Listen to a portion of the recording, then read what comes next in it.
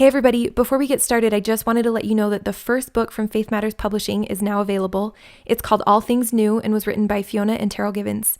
When I finished the book, I just thought this has so much potential to actually change lives. They go through and trace the roots of our religious vocabulary and show how so many of these words have become totally unmoored from their original foundation, and how a lot of those traditions have been carried forward for hundreds and even thousands of years and are in a lot of ways still damaging us today. And then they dive into how we can reformulate our language in healthy and inspiring ways. This book is so healing, it's hopeful, it's a totally paradigm shifting book that you will not be able to put down. You can pick up a copy for yourself or for friends and family. It's available at Desert Book, on Amazon, Audible, and Apple Books. We're so grateful for Terryl and Fiona and all of the amazing work that they've done here. All right, that's all for the book for now, but we have a lot more to come. Thanks as always, and here's the episode. Hi everybody, this is Aubrey Chavez from Faith Matters. In this episode, Terryl Givens speaks with Claudia Bushman. Claudia is truly an original. She's fearless, straightforward, and has an incredible passion for discovering and passing on stories of Latter-day Saint women. She's been the animating force behind several landmark publications and projects in women's history. In this conversation, Claudia urges women in the church to be similarly bold and creative in asserting their place and bringing their gifts to the faith. This is a delightful conversation with one of the most remarkable Latter-day Saint women of our time, and we hope that you enjoy it. Well, hello and welcome to another episode of Conversations with Terryl Givens. I have as my guest today one of my most beloved friends and most admired scholars in the church, Claudia Bushman. And we go back a long ways, and I have a great love for this grand lady and am really appreciative that she was willing to come on and talk with us today. So, Claudia, how are you? Well, I think I'm pretty well. It's been a good day in lots of ways. And of course, one of the ways is that I just got my shot, my second shot. So I'm vaccinated completely now. Of course, I'm waiting for the reaction. So far, it hasn't set in, but that's done. So that's pretty good. The other great thing, and I'm just going to say because I have this opportunity, is that my third great grandchild was born today. And this is a little English boy. He's born to my first granddaughter, Helena Bushman, and that is part of my English family. And not only is he an English boy, but he is destined to be a peer of the realm. Now, is that not impressive? That is impressive. He is the ninth Baron Tarrington. His other grandfather, is the eighth, or is the seventh. And his father, Jack Woodhouse, is the eighth. And so this little boy, James Richard Montague Woodhouse, is the ninth Baron. How about that?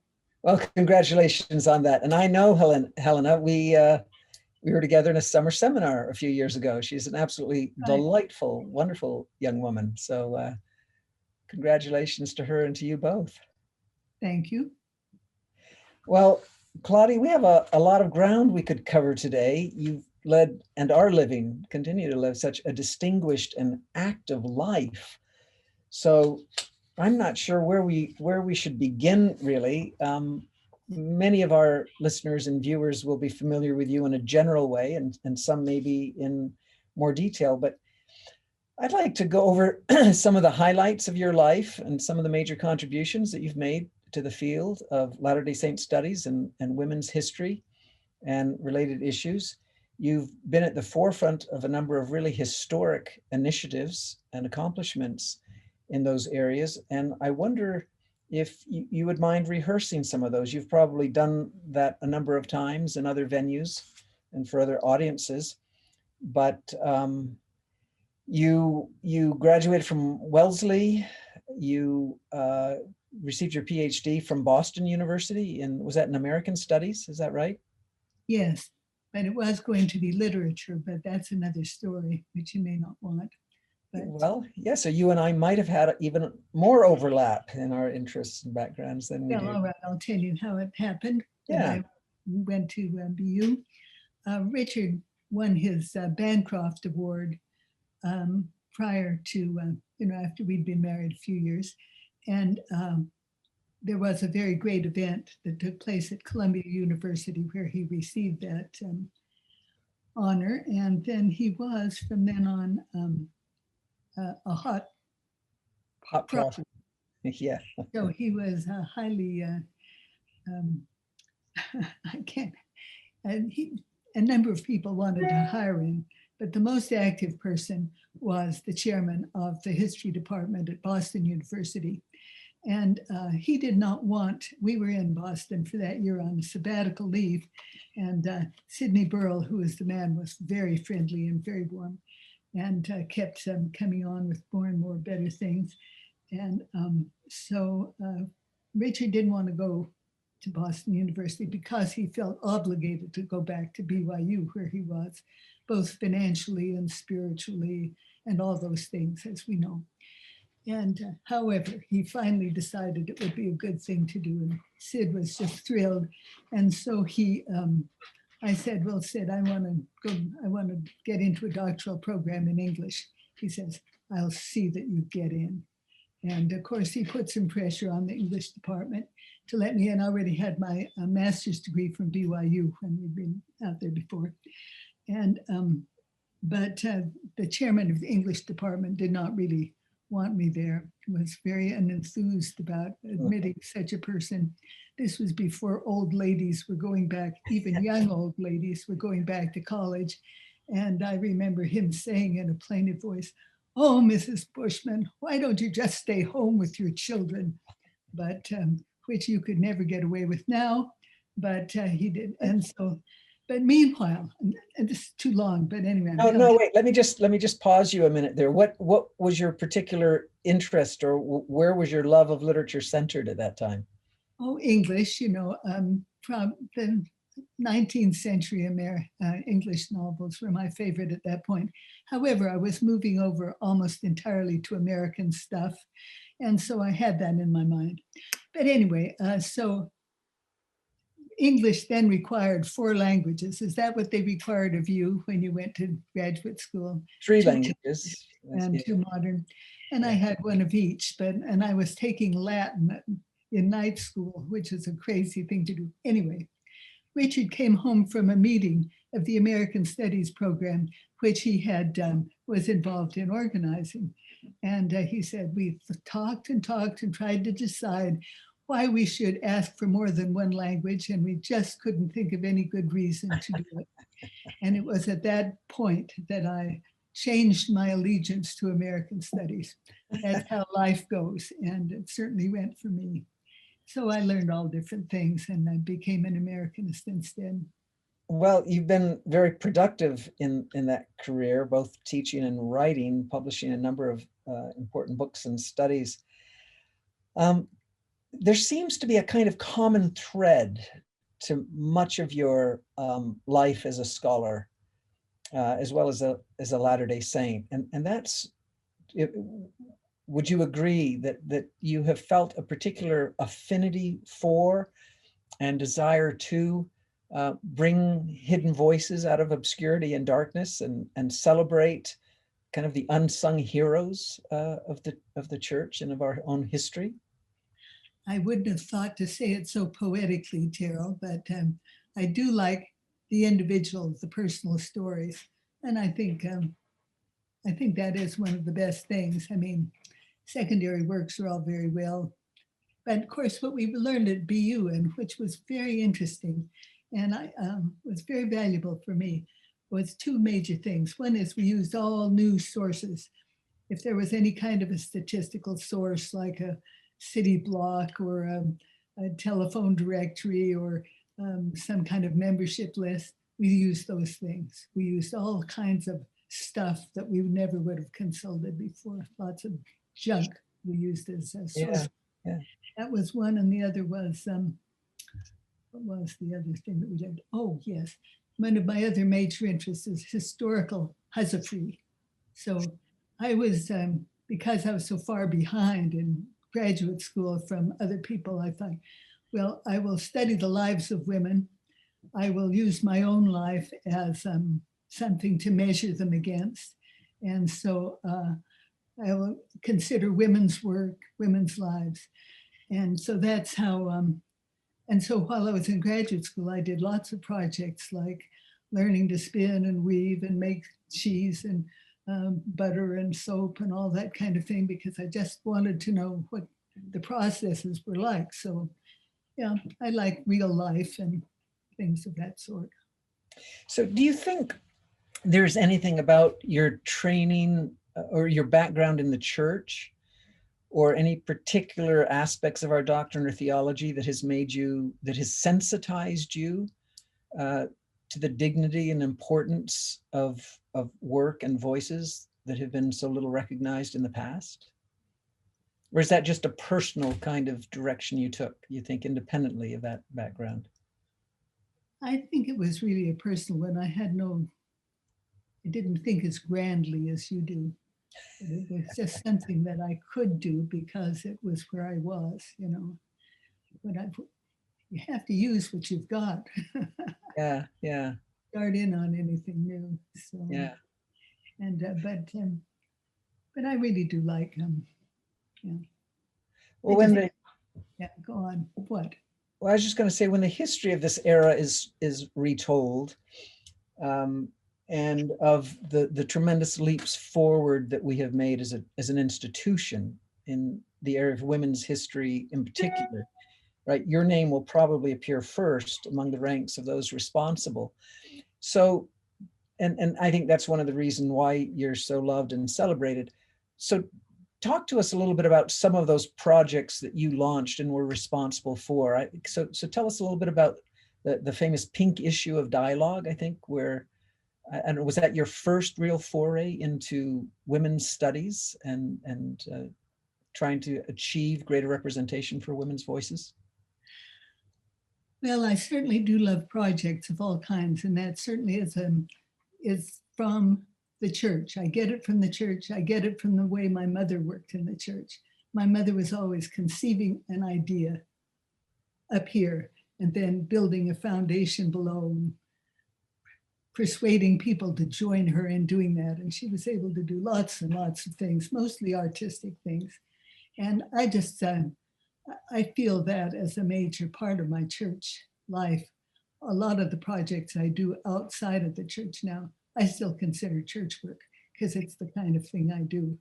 I just like to make something out of it.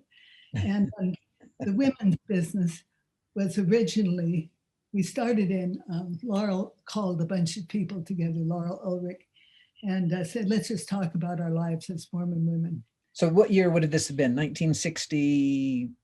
Late, but I can't tell you at this point. Okay. I forget. Yeah. And then we just did that for a while. Then she actually moved away, but we kept on. She went up to New Hampshire and her husband took a job there and she began to go to graduate school there. But we kept doing projects and she would come down and work with us for those projects. She in England was coming to visit. Right. And we had already done a few little projects. And, I thought, this is something, maybe we can persuade Jean to let us do an issue. So we were walking in Harvard Yard, actually, up and down, and I screwed my courage to the sticking point, and I said, Jean, we got these, a lot of smart, underused women. How about letting us do an issue of Dialogue? He did not hesitate a second. Great, go ahead, do it. Which is, as you know, one of Jean's great things. He's always asking me to do things I had no idea I could or should or was able to do. But then you do them. And so he had no problems with that. So we started in on that issue.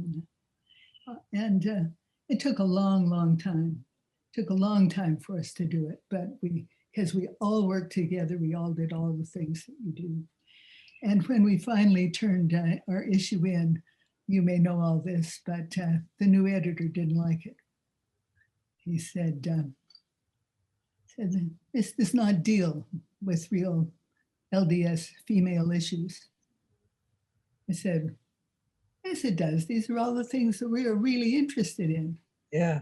He said, oh no, these are not the issues. I said, what are? He said, patriarchy and polygamy. And, those weren't exactly, I guess we could have made something out of patriarchy then, but we didn't really. It wasn't the front burner issue then. So they were not going to publish it. about that. What Wow. was the most popular issue that Dialogue has ever done? It's probably the most famous issue in their history. Full of great stuff. But anyway, eventually he went along with it. It came around. So how did we get from there to Exponent II? Well, and we kept doing all these things. So we'd done these things. And then I came home from one of our events, I remember, and I said, you know, Richard, everything we touch turns to gold. We just cannot fail. We just do one wonderful thing after another. What should we do next? He said, well, why don't you start a newspaper? He was thinking of the Woman's Exponent. We knew about the Woman's Exponent, and we had considered every now and then that we should do some kind of a thing, or that we could. But, you know, that's a pretty big undertaking for a bunch of housewives with lots of little kids and breakfast to put on and so on. So I went to one of the next meetings, and we were saying, well, what should we do next? And I said, Richard says we ought to do a newspaper. He said, yes, that's it. Let's do a newspaper. And this was a great thing because we actually had in our group a person who had been a reporter for a newspaper. And she had one child, was expecting another. But she was also president of the Relief Society. And she really wanted to do it, but she said, I just can't do all these things. So I'm going to ask the bishop if he'll release me from my job in the relief state. But he wouldn't do it. Can you believe it? She asked for release. He said, no, you've got to keep your job. And so I came back, and we had another meeting, and it was reported that Stephanie couldn't do it. And so Carol Sheldon, who is a real mover and shaker in our group, turned to me and said, well, you'll just have to do it.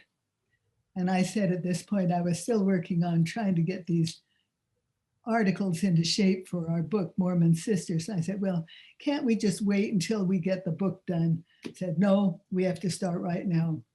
And so we did. We started right then. And we began to do our newspaper, which was also a great, great thing. There was a job that almost everybody in our group really loved and could do and work on. And that was 1974, and Exponent II is still around, right? That's right, more than 40 years later. How about that? Yeah, that's a pretty good record. It's much better looking than it was then. At that point, it was very important to us that we make it cheap. So we did it on newsprint and had a $5 a year subscription price. It's now $50. Wow. Those things evolve and grow and change. Isn't it wonderful? So, you know, I don't mean to just be pouring on the commendations, but again, Claudia, it seems to me that, especially in this encounter that you had with the subsequent editor, that you've maintained a kind of insistence that feminism isn't going to be narrowly defined. And so again, correct me if I'm misreading you, but it seems that part of what you've been saying through these years is women's issues, or whatever issues are important to women in any given moment and context. Right, those women. And those were just not our issues. And I just thought, how presumptuous for him to tell us what our issues were. Yeah, exactly. And so you can be a scholar and you can publish books and teach at Columbia. And then in the year 2000, you can win the Mother of the Year award, right? And there's no, it's not an either or, right? You make it look a lot better than it is. Mother of the Year is really a funny honor, but I use it because it's so great in the context. Well, so you've continued this in this same kind of vein all the way through your time at Claremont, right? Where you launched another project, right? Which was the Women's Oral History Project. And that's because somebody heard a report that I gave on a women's studies class I was teaching in one of the executive meetings, one of the visitors, a board person. And she came up afterwards and said, I've got $10,000 I want to give you to do a women's project. And so in my class, we discussed what kind of projects could we do that would be beneficial, that we could spend $10,000 on. seeing as I usually never spend any money on them at all if I can help it. And so we came up with the oral history idea, and we were able to furnish a lot of the people in the class with equipment, which we wouldn't otherwise have done. And it was a great project for lots of reasons, but not the least of which is that many of my students have just moved on with that. How can they do research about church members in other countries? Well, they can do oral histories of the women, which they do. And then they've got something to say about, they've got some firsthand documents that they wouldn't have had.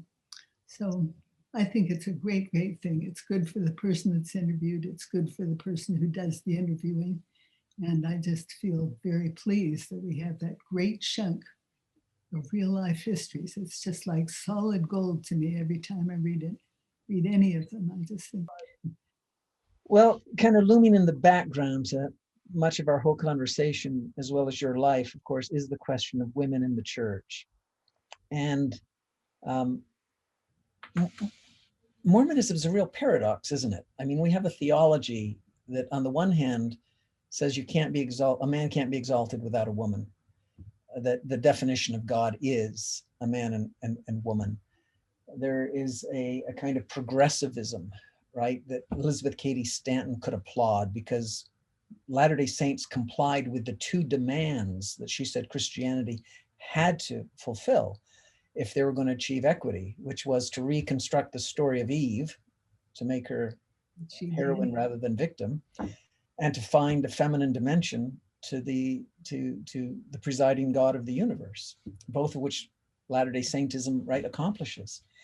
And yet we've got polygamy and patriarchy and this two-tiered system. So talk to us a little bit about how well you think we're doing at negotiating those tensions, and how much progress you've seen, and where you'd like to see the church go, both as a culture and as an institution in those regards. Well, I'm very glad you're quoting Elizabeth Cady Stanton, who is my favorite early feminist, and better than any of the later feminists to my mind. I really like her. But all right, where do I feel things are? Well, I think that it is very interesting that for now we talk big a little bit about things, but I mean, where are the women in our pictures of heaven? Where are the women in our scriptures?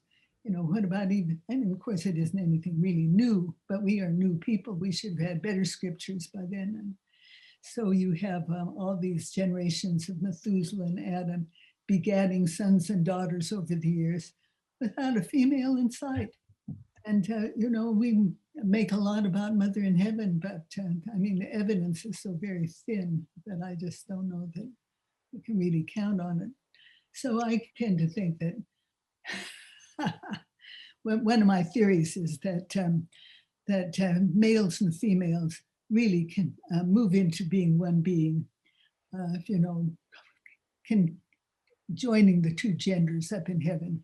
And then they have their children by parthenogenesis, you know, because otherwise I see no explanation for it. And for that scripture that is make in the image of God, male and female created he, them, him, it, you know, right. It just doesn't make any sense. So it makes it hard to use the scriptures to talk about the kind of life in heaven that we would even like to see on earth. In the church, I think, you know, there's been this big push for women in the priesthood recently. It's pretty quiet right now. I don't know what's going on. But I think that's myself. I'm not in favor of it for lots of reasons. For one is, I think that it's very good for the men to have the priesthood. And I think that if the women were given the priesthood, the men would just stay home, watch the ball game. Why should they go to church if they didn't have to? My understanding is that there's actually good evidence that was the historical explanation for the kind of push to make men more aware of and engaged in their priesthood callings and offices in the 19th century. And I feel the same way about saying, well, we've got to improve our doctrine. We've got to throw out this and that because they're too offensive to other people. I think, I just don't think, I'm not in any position to tell the brethren what to do. That's not my job. I do have jobs in the church, which are things like, let's find some things for women to do. And so I'm all in favor of women working in the church, but it can't even be officially. But for instance, I'll give you an example of what I really like. There's quite a bit of effort for women to have women in the blessing circles when babies are blessed, as you know. And in various places, that's been successful. In my ward, it is. One woman said she didn't want her baby blessed in the church unless she could be part of it. So she was made part of it. And from then on, our bishop has invited every woman to join in. And so but my solution, what I really want, is a special ceremony, and we don't need to have the priesthood to do it, where the mothers bless the babies. And I say that we should have, say you invite over 12 of your best friends and say, this is going to be an important occasion. I want you to dress up. I'm going to have fancy refreshments, and I'm going to bless my baby. And I want you to all come like the fairies, the good fairies in Sleeping Beauty, and give my baby a wish or some other thing. And we will document this event, and we will save the records and save the blessings, and they will be part of her or his heritage. That's what I like. I want to see the women just go out and do some kinds of things. I think they can. And, blessings of other kinds. I certainly think, well, I've given blessings to babies. I've given blessings to sick people. I don't do it in the name of the priesthood. I just say a blessing over them, and there's no reason we can't do that. So when people say to me, we've got to get the priesthood, I say, well, what would you do if you had the priesthood? And they'll make a list of things. I said, well, why don't you just do that anyway? And, you can do pretty much. And you have to do it now. As I say, there aren't enough jobs in the church. I don't really have an official job at all at the moment. But if I didn't do things, I would feel very much out of it. So I organized this and that. And I'll tell you the big thing I was working on when the COVID business struck us down. But I was really, had become very concerned that we never do anything with what we call Easter, So, of course, I don't like that word, which is the fertility goddess and all that business. But I thought we really needed to do more celebrating this major event of our Christian church life. And we give the Christmas a whole month. And, what is more important, the nativity or the resurrection? And it certainly is the resurrection. So I told my bishop this one day, and he said, well, write me a proposal. So I wrote him a proposal, said that we needed a committee to discuss some things that we could do and schedule some activities for a board that would make this awareness much realer for a full month. And next time I saw him, he said, okay, call a committee and make some decisions. And he said, just keep me in the loop and let me know how much it'll cost. So of course, great bishop. And so we did. We started last November, I guess. Yeah. Anyway, started in November. We had meeting after meeting. We considered all kinds of wonderful things. And there are a lot of wonderful things that we couldn't do, but we did schedule a full month's activities. I won't go through it all, but there's so much we could do, and we just don't do it. And so yeah, it's my job in the church is do some of that stuff. Well, Claudia, you haven't spoken much about theology, and yet if I can just speculate here a minute about the connection between our theology and your life. To my mind, the most exciting, well, there are a lot of exciting things I think about Joseph Smith's theological innovations, but one of them is certainly the way that he reconstitutes the entire story of our being here in a way that makes us agents rather than just reactive beings, right? It seems to me that for the bulk of Christendom, Adam and Eve commit this disastrous thing, and we are all passive kind of recipients of the consequences. And we just, even words like salvation and redemption sound to me so passive, right? God has to act upon us to bring us out of this kind of morass of sin and depravity. And your whole life, seems to me, is about being proactive. It's about carving out niches for what you call projects. And that's why I love that word, because I think that you're really endowing it with a kind of theological weight by saying we have much greater capacity to find room to contribute and to grow and to minister, instead of just waiting passively upon the institution and the programs of the church to tell us what to do and where to go.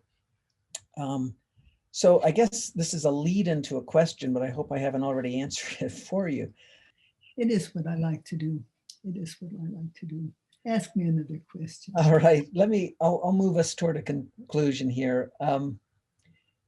Many years ago, you were asked to contribute an essay to a collection called Why I Stay. And I've actually read your essay 3 times because I think it's a very powerful reminder of how uneven the playing field can be for some individuals or some classes. And I love the fact that you begin your essay by saying, I don't like the question, why do I stay?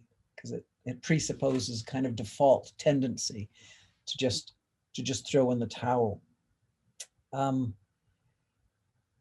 But I guess I'd like you to just reflect a little bit on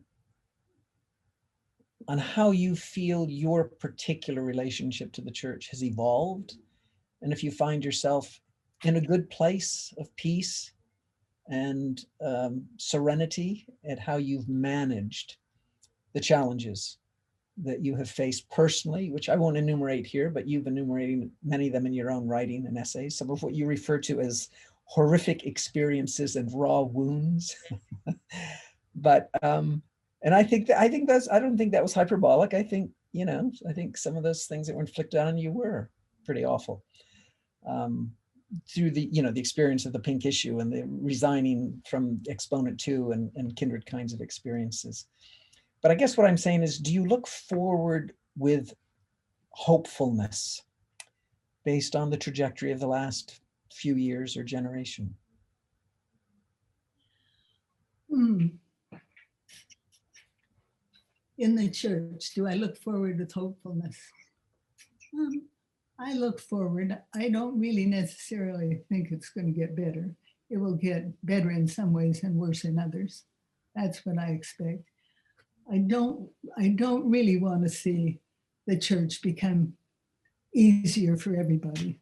So I don't want the church to just make everything easier and simpler and so on, because I don't think it will really be beneficial in the long run. Churches that have done that have been too anxious, then they get weaker. They don't get stronger. It's the strong churches that have remained, that have demanding things. But you don't have to be temple worthy with all those rules that we set up to be a good church member or to come. I really think, I know of several people who have very serious smoking and drinking habits that would probably join the church if they felt they would be accepted. Why can't we accept those? I don't really think it's that great a sin to do some of those things. Can't we just be the way we would treat our children if they had those problems? Can't we just be more understanding and sympathetic and help when we can? I just don't like to see us be judgmental and tough, which we often are. I just think it's... Now, the business about Exponent II is really an interesting thing, which, as you know, was a situation where, although we had this thriving little periodical which was, certainly blameless in its content, really. I would pass, as they told us at one point, this would pass through correlation except for the low writing standard that we had. We didn't write well enough to equal the Friend or the Relief Society magazine. Anyway, but that really wasn't about me, or it was only in a second. It was about Richard. And that's what I find so interesting and unfortunate about the church. See, I know that if I had fought back and made a big thing out of it, eventually they would have just released him as stake president. I just didn't want to be responsible for that. Yeah. But why shouldn't somebody that's married to a stake president be able to do a little thing like that, which is not at all really harmful and did a lot of good after they just canceled the Relief Society magazine, so we had nothing, just really, it just could be a lot more sympathetic about things that are not that important, I think. But yeah. Well, I know you and Richard both interacted with Jean England a good bit. And it seems to me that there's a similar note that both you and Jean sounded quite often. His most popular essay was his one, Why the Church is as True as the Gospel. Bookcraft made him change that title. Originally it was Why the Church is Truer than the Gospel. But you've said similar things. You've referred to the church as the most perfect school. And your writing is just filled with these most beautiful memories and evocations of a community. Yes, that's very important to me. That's it where I'm concerned. And as I get older, I think I see more and more the wisdom behind that focus, because when you're talking about community, you're really talking about what Joseph Smith was talking about when he talked about Zion, right? It's about learning how to love and minister in an ever expanding set of relationships. And we do it in a little place like San Francisco, our little ward there, but we had a wonderful community. Yeah. Working together. Well, Claudia, this has been a wonderful time with you this morning. And if you don't know it already, just know that you've had a tremendous influence in my life for good, and I think the lives of countless thousands, by your example, as well as your writing and the things you still have to teach us and the ways in which you still provoke us. So well, I feel responsible for your almighty soul, Terryl. I'm glad the church really does give us opportunities that we otherwise would not have. And, As you put it in one final formulation, the church is an arena for projects. Absolutely. And I didn't even get around to talking about my grandmother giving her blessings to people, but I won't do that. Another time, let's talk about blessings. All right, we'll come back to that another time. Claudia, thank you so much for being with us today. Thank you for this you did a wonderful job. I would be much better than if I would have done it myself. So thank you, Tim. I appreciate you. And good luck. And good luck with all your projects you're still involved in. Bye-bye. Thanks so much for listening. We hope that you enjoyed this conversation with Claudia and Terryl.